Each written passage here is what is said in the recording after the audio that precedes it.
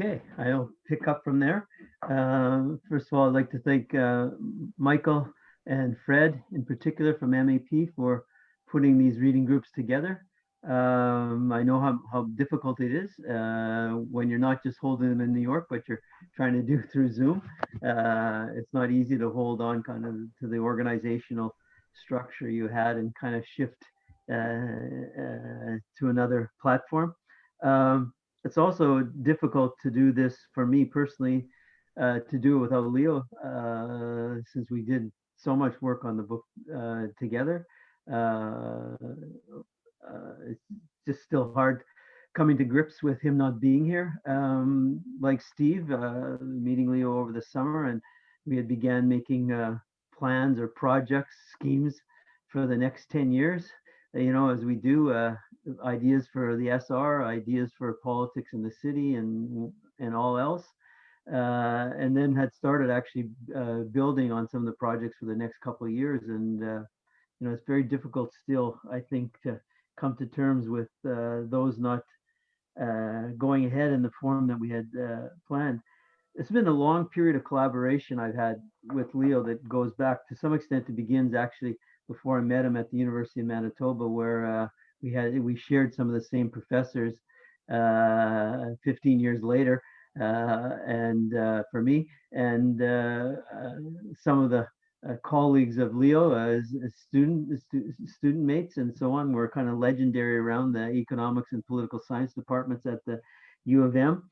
So I began kind of learning of Leo then. When I went to Carleton to study with him in the early 80s, immediately uh, those kinds of collaborations expanded. I joined his class and began studying comparative politics after spending several years studying economics, um, which became an interest in state theory, but also was immediately joining the political group that then existed in Ottawa, the Ottawa Committee for Labor Action. Also began working on research projects together. Within a year, we were editing things together, dealing with both kind of at times SPE, but also with the labor bulletin we were putting out for ACLA.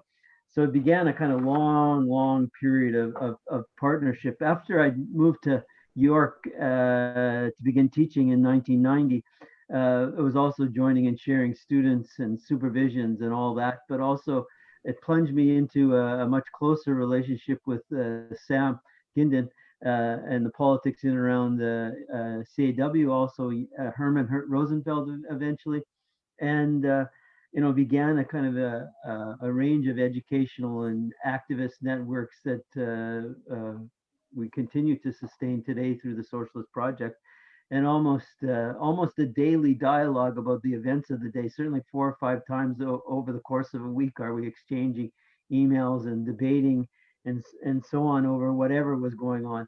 And it's very difficult to kind of not have that voice. Well, I guess that voice still is always in my ear, in fact, but not having kind of that voice coming across emails or in dialogues over lunch. So an incredible journey for me in my collaboration with Leo over many years, over hard work, over teaching, debates, disagreements, struggles to find a new socialist politics, new aspects of new socialist theory over many decades, and to some extent some of the same disappointments that Steve was speaking about, our disappointments in not finding those breakthroughs, if still carrying forward and optimism about those things. I think of Leo's work and his relationship to the Register, but particularly his own work characterized by a few key concerns. Some of it is the classic concern of capitalism as a socioeconomic system divided by classes, uh, and liberal democracy with its formal political claims of equality, rule of law, deliberative access to all, and so on, and the contradiction contained in that form of society. Uh, that I think never stopped guiding any of Leo's work, that contradiction, since he saw that as a structural determination of capitalism, stripping one class of its capacities and building riches and life chances, wealth, power for another. But it took really a kind of a quite different form in his own work. It was, it was a very, his orientation to very historically situated analysis of the core institutions of capitalism. And to some extent, he was an historian, a political historian, but an historian in the methodologies he preferred for himself, the methodologies he pushed towards his students, in kind of a classical political science modality of relying on interviews, relying on documents, relying on the public record to develop his historically situated analysis. Um, I think the state is the other thing that always configured in this. The state as the central mediating organ between that contradiction between a class divided society and a state formally committed to equality in its formal structures, obviously, never in its substantive. The other thing I think, like Steve, that kind of orientation also, I think, always left him open to a focus on political contingencies, potential ruptures, and so on. Always the possibilities that these organizational practices, class practices, could open to new vistas that weren't necessarily seen at the time those struggles were going on. Certainly, I think an optimism of the intellect was always present in that kind of analysis, but it was also always contained in his own political practice. I think, the kind of four overlapping themes one can see in Leo's writing often kind of reflected that kind of historically situated analysis, but that always an attempt to find uh, an opening for socialism in the class contradictions of the moment. In his, in his first work, which is particularly a work on post-war Britain, with more wider post-war capitalism and full employment capitalism under Keynesianism, is particularly focused on the contradictions of social democracy as the primary bearer of that class contradiction between the state and the promise of the state and the promise of equality with the structural inequalities of capitalism, with it becoming condensed in that time period in around incomes policies and the setting of wages, and that turned social democracies and social democratic parties into much more disciplinary mechanisms than of organizations of class building, of class formation, and even of class struggle. The term that he picked up and used often just to describe, condense his analysis of that, it was a strategy of socialism in one class. And this shifted in a second phase to dealing with the crisis itself, stretching from his writing from the late 70s in through the late 70s in through the 1980s, dealing with well, as he put it in the book on the Canadian state, in his lead essay on that book, a contradiction between accumulation and legitimation, and the way that this was causing political tensions in within an economic contradiction between social classes that could not be resolved. And that was, of course, his focus on explaining the 1970s crisis, particularly on a wage push, profit squeeze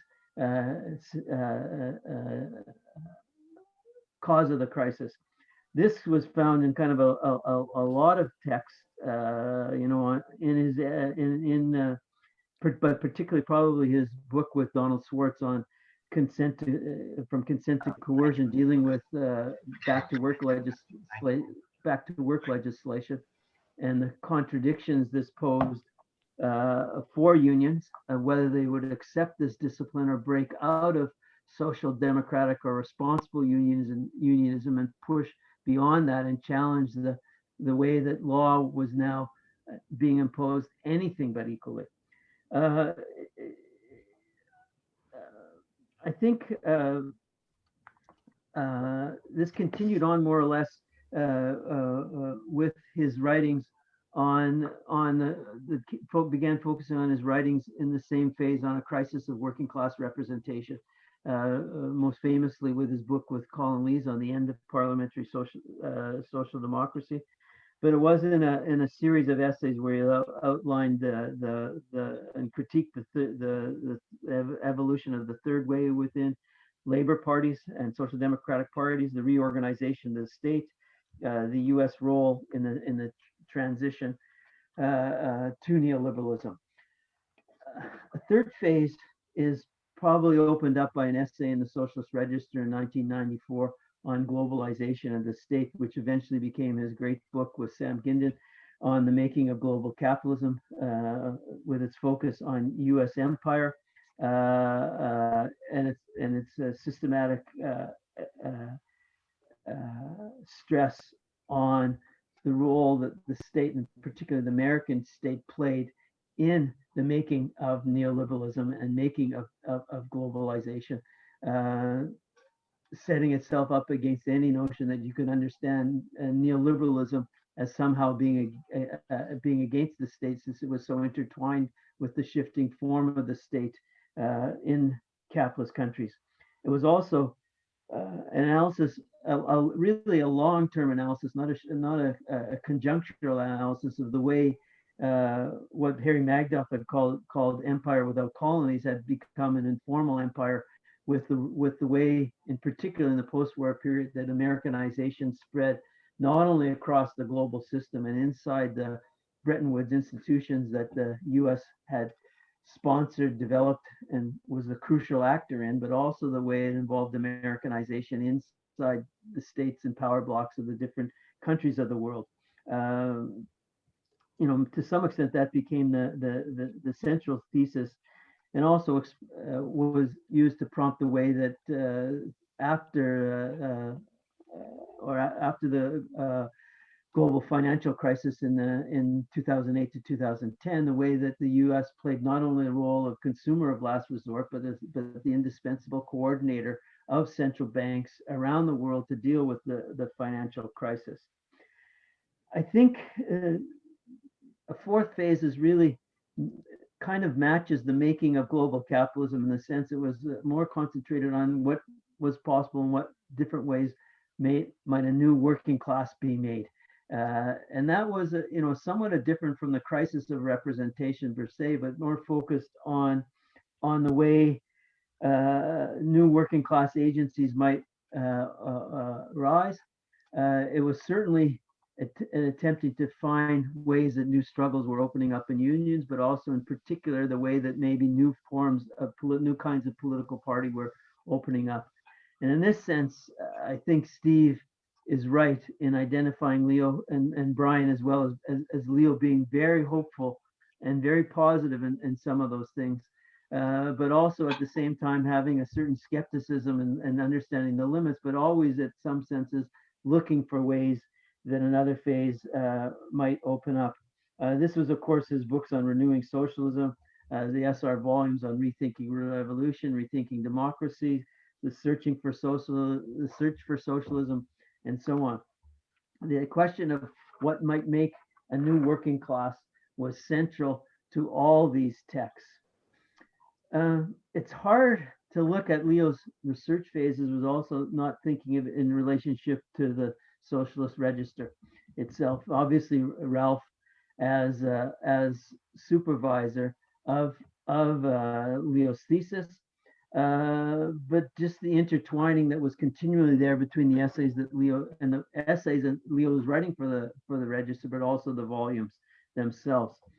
His first essay in Socialist Register in 1979, Socialists and the Labor Party, really bridged these two first phases of his research, the one on the contradictions inside social democratic parties, particularly around incomes policies in the crisis, and the way then it led to a crisis of representation inside social democracy with a possible rupturing or break within these parties. It continued on with his debate with Ellen Wood on liberal democracy and socialist democracy, and so on. a series of essays on the economic crisis, the independent and the crisis of social democracy continued in the 1980s, with becoming co-editor in 1985. It was almost a kind of constant alternating in his essays between uh, uh, uh, uh, essays written on the crisis of working class politics and representation, with an essays dealing with the specific features of neoliberal globalization. It's almost like every volume he was alternating with one against the other, you know, and particularly, I guess, in his habit in encapsulating the struggles of the moment, the recent history, and the struggles of the moment within the socialist movement. I began working with Leo on editing the Socialist Register in 2010 with Vivek Chiver. We turned to a habit of trying to think through 5-year plans of a kind, thinking through a series of somewhat linked volumes in turn. Uh, in 2000, the volumes from 2011 to 2015 were particularly emblematic of that. It was in the midst of the financial crisis, and we focused on the financial crisis and its aftermath in the class struggles, class structures of the ruling class and working class, and the strategies from each. From 2016 to 2019, it was a focus on the rise of the hard right and the challenges this posed for the left in rethinking revolution and rethinking democracy. So a cluster of volumes of trying to think what was the state and balance of class forces and struggles at the end of the financial crisis, after capitalism had stabilized again. We had begun a new set of volumes in 2020 to particularly attempt to look at the current period and current forms of capitalism from a number of perspectives, angles, theoretically and empirically, you know, with a set of kind of premises that kind of guided us, and which can be seen in the current volume.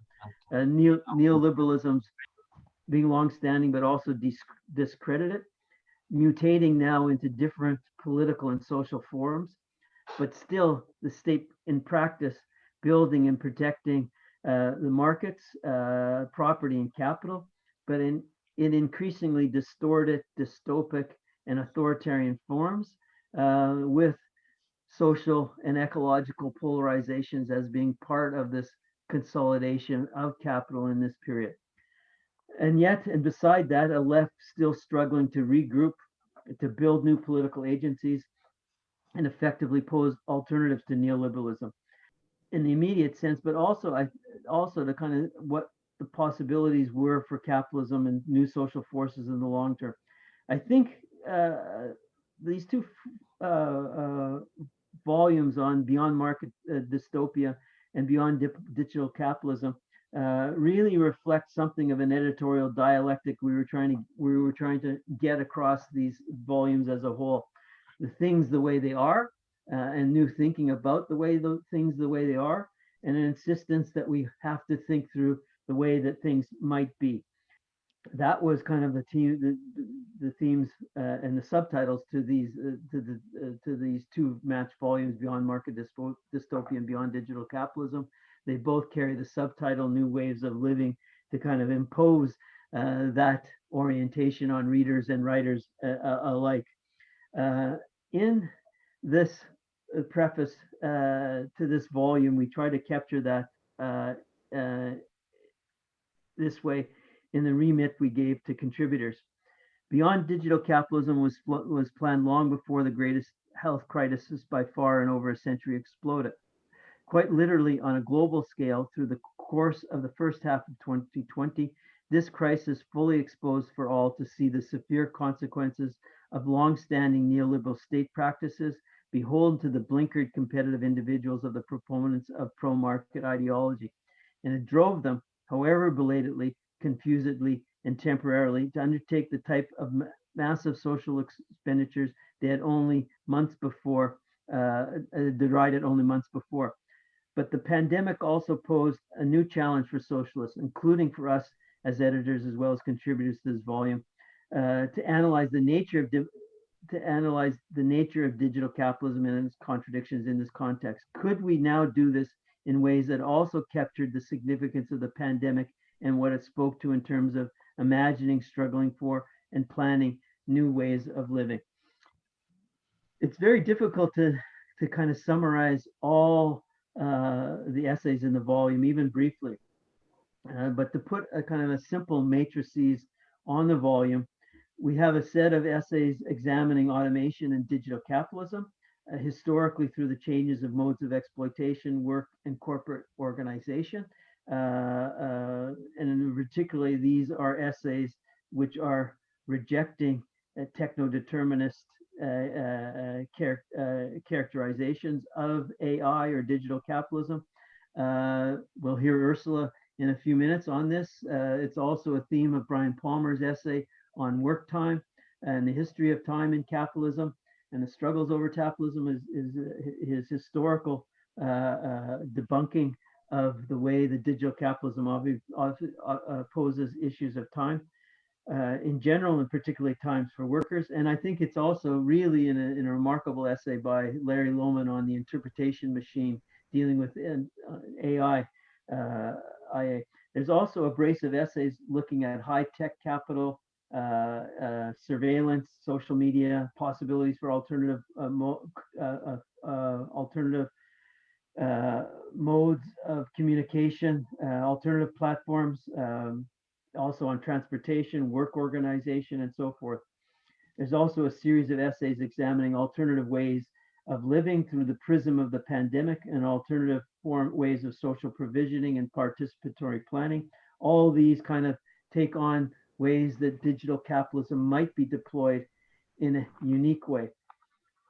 I think it's important also in thinking of this volume to realize that Socialist Register is always focused on each new phase of value production, its social meaning, and its implications for socialist strategy. Grounding the analysis of technological change in the dynamics of working class and emphatically rejecting, in fact, every new wave of technological fetishism that accompanied each new cluster of technological innovations and products, and the claims that these innovations would resolve underlying class antagonisms or economic and ecological dislocations of the older technologies. It was an insistence, and has been an insistence, of the competitive imperative to accumulate without limit under capitalism is always meeting class and ecological limits. In fact, in the first issue of the Socialist Register, involved in an essay that became the basis for two important books by Ernest Mandel on the economics of neo-capitalism. Ernest published this essay in 1964. It followed on the wave and was a critique of the great automation scare. And Ernest at that point in time was building his own alternative of technological developments and so on, which became embedded in his two volumes on Marxist economic theory, and then particularly his book published in German in 1972, Late Capitalism, and which came out in English in 1975 with Verso, particularly kind of in that book emphasizing and rethinking capitalism in terms of different kind of social and technological waves, and developing his critique. Ralph himself did an essay in 1968 attacking some of the new forms of technological fetishism that had merged with the fellow Canadian John Kenneth Galbraith and his new industrial state and his thesis of the disappearance of class structures through a new form of the middle class, which he referred to as a techno structure, almost embedding a notion of technological fetishism right in his class theory. It continues on in the Register through the great debate on the end of work, post-Fordism, the end of the working class, sparked by Andre Gortz's book early 1980s book on that, taken on by Mandel again, but also Richard Hyman famously. In the 1990s, this took a different turn, consolidation of neoliberalism and social democracy moving to a third way, which in relationship to technology was focused on high value added and high skilled strategies that could lead to a new class compromise, but also not just a new class compromise, a post-Fordism that would kind of could be transformed of the entire class structure.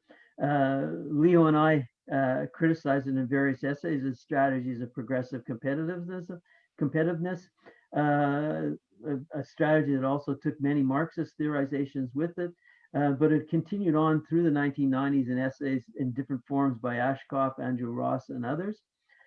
In the late 1990s and early 2000s, we also began, the Register also began taking on the criticism of digital capitalism directly.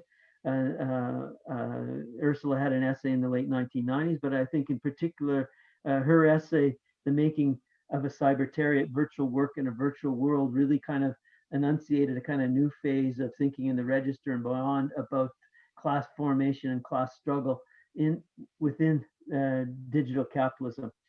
She'll obviously take that up again in a minute.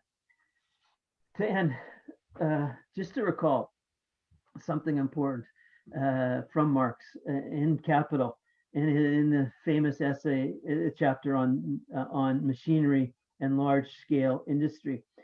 Marx both defends and pushes beyond the Luddite movement, which he sees as a necessary moment, the Luddite movement and its smashing of the machines and organization, and its organization against the way that the two technologies were displacing work and transforming labor processes and de-skilling. And Marx saw it as a necessary moment as the working class transferred their attacks from the material instruments of production to the form of society which utilizes those instruments. I think what the challenge of digital capitalism is, and our task is to also move beyond the technological fetishism by which artificial intelligence, digital capitalism are discussed today, and take up the way that these new technologies might be used for a different way of living. That is the themes we tried to couple with in both the prior volume on Beyond Market Dystopia and this volume on Beyond Digital Capitalism. I wish Leo was here also to give his own contributions and insights to the volume, but this discussion and many discussions over these volumes meant, I think you'll find very pleasing. I know we were both really pleased with how these volumes came together with an incredible set of contributions from various authors, and we look forward to the discussion. Thank you.